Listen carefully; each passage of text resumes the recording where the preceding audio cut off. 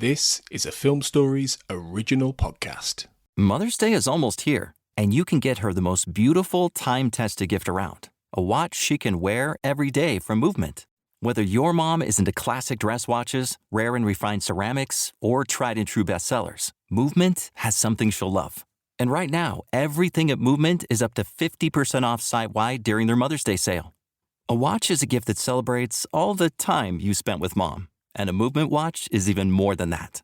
Movement uses industry-leading materials for their fresh, modern watch designs, from technically complex ceramics to vintage-inspired style, all for an incredible value your wrist and wallet will both love. And with one-size-fits-all convenience and fast free shipping and returns, it's a stress-free shopping experience. Save big on the best Mother's Day gift ever with Movement. Get up to 50% off site-wide during their Mother's Day sale at mvmt.com. Again, that's up to 50% off at mvmt.com. We made this.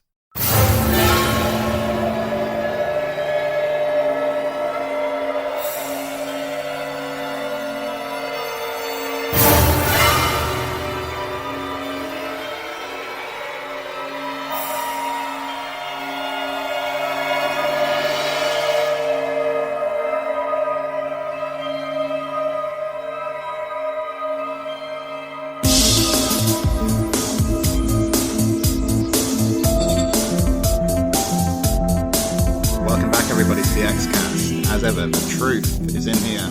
I'm your host today, Carl Sweeney. Thank you very much for joining me for the latest of our special Fight the Future Minute podcasts.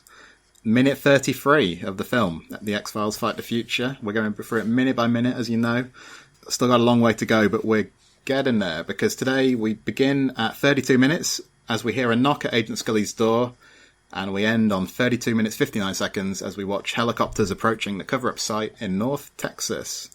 And to discuss this minute, I'm joined once again by Caredwen Foley. Hello, Caredwen. Hello, Carl. I think it's entertaining that you characterize that as just a knock at her door, because really it's a series of increasingly assertive pounds. Yeah, I think the closed captioning has it as loud banging, interestingly. And you're right, this is a minute that's very much about the two main characters, isn't it? Mulder and Scully together, talking. So you're a shipper, Caredwen White. Is that how you would characterize yourself?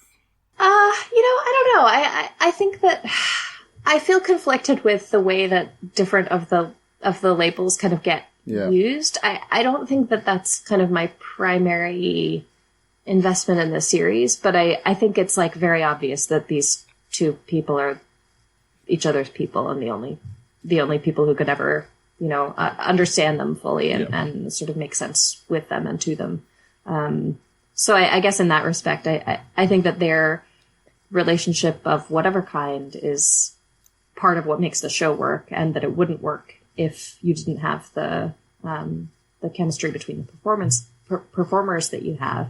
But I'm sort of agnostic about like what form that relationship takes.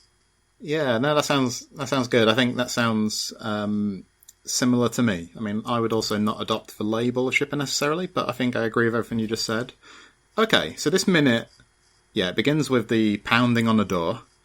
And I think, again, on one of the commentary tracks, Chris Carter talks about the importance of Scully's door or Scully's apartment to the series, because, a lot of significant things have happened there, during the course of the show. Melissa's death, confrontations with Toombs, Dwayne Barry, all sorts, isn't it? So it's a significant locale, I think, for the series. Yeah, and it's sort of a shame that you get the sense that she would really like it to be kind of a haven and a place to withdraw to. I mean, it's full of like a big, comfy, soft couch and like a a beautiful kind of well-textiled bed and things like that. And all these she's got a lot of art on the walls. I mean, there are a lot of really there are a lot of touches that make it feel a lot homier than, say, Mulder's apartment, which seems like an auxiliary office that he also sleeps in. Mm-hmm. But, she never really gets to enjoy it as that, because she's always got, liver-eating mutants breaking in and family members being assassinated and things like that. And I suppose that this sort of interruption of domestic life continues all the way through the series, isn't it? Into the revival episodes like this, where they're caught at home by the three people who come in, and Followers, for instance, Followers, you gotta think she really brought it on herself, though. I mean, that's I have a lot of problems with that episode for other reasons, but that's another podcast. So what struck you about this minute then? So most of it is given over to the exchange between the two of them. And it's surprisingly, in the way I remembered this scene, it took longer to play out. I was surprised that we got the whole exchange within the 1 minute, you know. But what did you make of it? Yeah, I mean, one thing that's really striking to me about the scene is something that I think I've heard Clara Cook talk about on the X-Cast before, which is how profound Mulder's lack of boundaries is. And that's something that I didn't really fully appreciate about this show until the last few years. As a kid, you know, I definitely got that this scene is making it out to be, this is a socially unacceptable thing that Mulder is doing, turning up to his coworker's apartment at 3 o'clock in the morning, drunk. And the scene itself, like, plays that up a bit. But the absolute bizarreness of it didn't really register for me, I think, when I was younger. Now, you know, I'm an adult who has had many coworkers who have become close friends. I have never once had one of them, like, roll up to my door drunk in the middle of the night and just pound on it until I let them in. So I think that, you know, it's easy in the course of the show to sort of, like, get lulled into, you know, the expectation, like, oh, this is the dynamic between these two people. I mean, even in the pilot, you know, he's calling her in the middle of the night. That this is actually kind of a nice reflection of that, because that's another night where she's, like, up kind of churning stuff over and gets an unexpected interruption from Mulder. But here, we and Scully both, you know, this is par for the course. You can see when she opens the door that she knows exactly what to expect. Like, she doesn't creep up to it with her gun in her hand, like, trying to figure out who is, you know, interrupting her. She knows exactly who's there. She just drags herself up and, like, tiredly lets him in. Well, even the fact that Mulder, like you said, lack of boundaries, like, when she says she wasn't asleep, he's like, why not? He expected to be waking her up, you know, he didn't care. One of the things that I heard, I think Spotnitz was talking about this, again on the commentary, he talks about the relative innocence of the characters at this point in the X-Files timeline. And I can see what he means in some senses. Like, at this point, we're kind of, this is pre-Mulder's abduction, it's pre-William, it's pre them going on the run, etc., etc., etc. But on the other hand, they've already gone through a lot of this stage, haven't they? Scully's abduction, the cancer arc, and so on and so forth. So what do you get that from this scene? Do you get the sense of relative innocence he seems to be talking about? I mean, you've done a rewatch recently, haven't you? Some of the early seasons. Like, how would you compare this to, like, season 1, 2 Mulder, their relationship, for instance? Yeah, that's interesting. I mean, that's something that actually has been very much on my mind with rewatching recently, because I am right now procrastinating about watching Duane Barry, which is the next episode I have. And the reason I've been procrastinating about it, I love that episode and I love that arc, but, you know, rewatching Little Green Men and The Host and Sleepless, like, there's a real innocence and kind of naivete and tenderness to their experiences and interactions there, because they haven't just had the life totally crushed out of them yet. And there are still a lot of opportunities for those kinds of interactions later on, and these two characters do still find a lot of things to find joy about. But, you know, it's impossible to overstate the effect that the abduction arc has on both of their lives. I mean, you don't have this sense of despair that settled over them yet at that point. There's a lot of, like, fear and a lot of mystery, but there's still a lot of, like, kind of hope and expectation that I think is replaced by this sense of something very, very sinister has happened, and we don't even fully understand it. And so many of the next few seasons is taken up trying to understand it. So I think by this point, I get what Spotnitz is saying, in that there is still lots more of that to go. But, you know, it's a little bit, in comparison with seasons 1 and 2, a lot of the cat is out of the bag already. So it's a bit, And it's, like we say, it's quite a brisk exchange, really. And I suppose as long-term viewers, you know, we're accustomed to the fact that Mulder's very persuasive when he's onto something. We've seen many an occasion where Mulder calls Scully up, or she comes into work one day expecting one kind of day and things just go off in some weird direction. So in some ways, perhaps it doesn't have to be anything other than a very brisk scene, you know, and then away we go with the next stage of the adventure. I mean, do we miss anything here? Because like in the previous minute we said, we get the opportunity to see Mulder, think about this and decide to follow up on what Kurzweil's saying. Did we need to see a similar thing from Scully or not? That's a good question. I do think so much of the series is situated in having Scully be the audience proxy.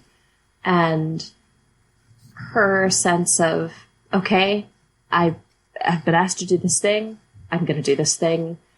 It sort of mirrors our sense of like being pulled along in the story, as opposed to being able to be an active, decision maker in what happens next. So, from the moment she hears him knocking at her door, that she's going to go along with it. From the moment he says Georgetown in the taxi cab, that she's going to go along with it. One thing that I think is, I don't know, it's a moment that I really struggle to unpack a little bit, is when Mulder asks Scully what she's implying when she says, you were drunk until 20 minutes ago. Was that before or after you decided to come here? And they gloss over it really quickly. Mulder pivots to just trying to get her to come with him. And what surprises me about that scene is that I feel like we've seen versions of this conversation play out between them before that are really, like, heavy-handed in the innuendo. Yeah. Like, Mulder immediately kind of goes into that, into that kind of register. But he doesn't really do that here. And it's kind of surprising to me. He has he's a little smile, but it's not a smug or, suggestive one. It's just kind of like, it's almost childlike. Yeah. And I don't really sense, like, coyness in that interaction. So I don't quite know what it is we're seeing happen there. It's almost like he's genuinely surprised by her confronting that and just, like, kind of doesn't know what to do with it. So what other exchanges did you have in mind then when you said we may have seen something akin to this before? I was thinking more of, like, the kind of overtly innuendo-laden or, flirtatious things, like the... I just listened to the Xcast episode about Chinga, and so when he asks her to marry him after she rattles off the long list of, paranormal activities, or the demonstration of boyish agility, tree climbing scene, or things like that. But this is like, it seems like he's surprised almost that she would be imputing his motives. So I don't quite know how to read that, but I think it's kind of an interesting moment. And when he pivots then to start asking her, get dressed, just, come along, I'll explain in the car, get dressed. He's persuasive in the way that a child is persuasive. He's not, ordering her around, and he's not even, like, using his usual, like, I'm gonna really, like, explain to you hard why this is important. He just very softly, but repeatedly is asking her to do this thing in a way that, like, a kid tugging at your sleeve would ask you. And he doesn't quite meet her eyes the first, when we see his face either. So he seems almost kind of embarrassed. So I don't quite know how to read that. What do you think? I never gave it much thought, is the truth. I don't know. Listeners, let us know what your take on that interaction is, I guess. One thing we should touch on though before we go, though, is this next part of the scene with the helicopters. And what I've learned from the Blu-ray is that moon isn't real. I never knew that. Nothing is real in that shot, apparently. The helicopters are computer generated at first. The moon isn't, it's a synthetic moon. I don't know exactly how they did it. Wow. It's extremely well done though, isn't it? Yeah, that's fantastic. I had no idea that was the case. And having just rewatched it for this, I feel like a lot of the time, mid to late 90s CG is pretty, transparent on its face. But yeah, I would not have picked up on that if you hadn't mentioned it. Yeah, considering how long ago this was, I think they did a really good job. And this sequence apparently was shot in California City. Quite a bit of work entailed by the sounds of things. They had to put the tents up, they had to put a lawn in, and all that kind of thing. But what do you think generally? Because I think Bowman talks at one point about missing the Vancouver crew on this film. Do you think this film misses the Vancouver locations at all? Or do you think they found, appropriate settings? I think they did. I think given where the action of the film is supposed to take place, it would be hard to find a swath of Vancouver that looks like North Texas. So I think shooting in California for the purposes of this scene, for the purposes of the scenes with the kids, like the kids on bikes, I think it lends itself to that in a nice way. Even the kind of federal building scenes, that's very explicitly meant to evoke Oklahoma City for us. And it would be a lot harder to find, I imagine, a location. I've not been to Vancouver, but I think it would be very hard to find a location in Vancouver that like tripped our Oklahoma register, as much as the locations that they used here. So I think that the settings, probably not. But I think that, I can well see why filming something that's meant to be kind of the culmination of the first 5 years of a series, that they're still shooting while they're shooting season 5 in Vancouver. Yeah. I can well imagine why it would be tough not to have that crew that understands the like visual language of the show so well. Yeah. Yeah. And has been through the trenches, kind of thing as well. But anyway, he did say happily that, the LA crew were great to work with as well. So that was nice to hear. Okay. All right, Caredwen. So I think that wraps up our latest Fight the Future Minute. Thanks for listening, everybody at home. And you'll be back with me, Caredwen, for minute 34, which is interesting because it's when the cigarette smoking man makes his first appearance, isn't it? Mm-hmm. So, yeah, stay tuned, everybody. And until our next minute, remember, as always, trust no one. Previously on the We Made This Network. Here lies Amicus. This is the only time you actually get any sort of grounded history, and a bit more of a background on why he's there. I mean, it's maybe 5 minutes. If that. And then Dick's like, "Oh, I have to go," and you're like, "Where do you have to go, Dick?" Yeah, science got a science. He's got to go sciencing. And then the grandfather says to Pat, "Oh, I don't think you should see that young man again because the devil comes in many forms." And you're like, "Okay." How can he tell? He can't even see him. Observing the Pattern, a Fringe podcast. Yeah, so at this point we're getting to the dropping the idea of multiple universes, the possibility of travelling from one to another, which beings that are more advanced, like us, but more advanced. Yep. In a earlier point of the timeline.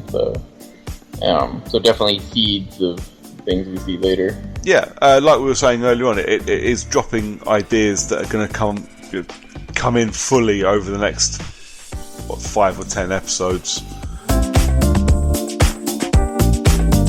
The giddy carousel of pop. So if you look at that front cover, there is a very obvious choice of somebody who actually should have been the cover.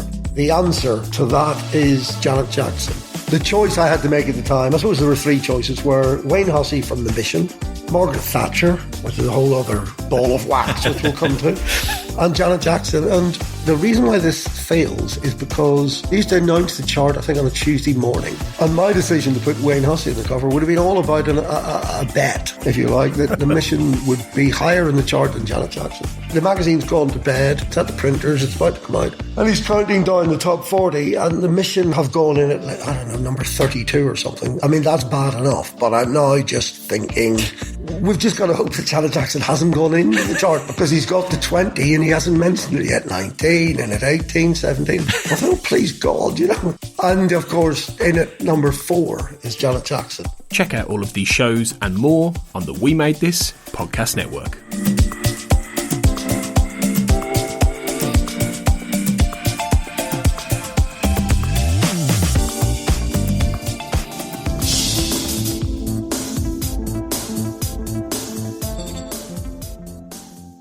When you make decisions for your company, you look for the no-brainers. And if you have a lot of mailing to do, Stamps.com is the ultimate no-brainer. Mail checks, invoices, documents, and everything you need to keep your business running. Get rates up to 89% off USPS and UPS. And with the mobile app, you can take care of mailing on the go. Make the same no-brainer decisions as over 1 million other businesses with Stamps.com. Sign up at Stamps.com with code PROGRAM for a special offer. That's Stamps.com, code PROGRAM.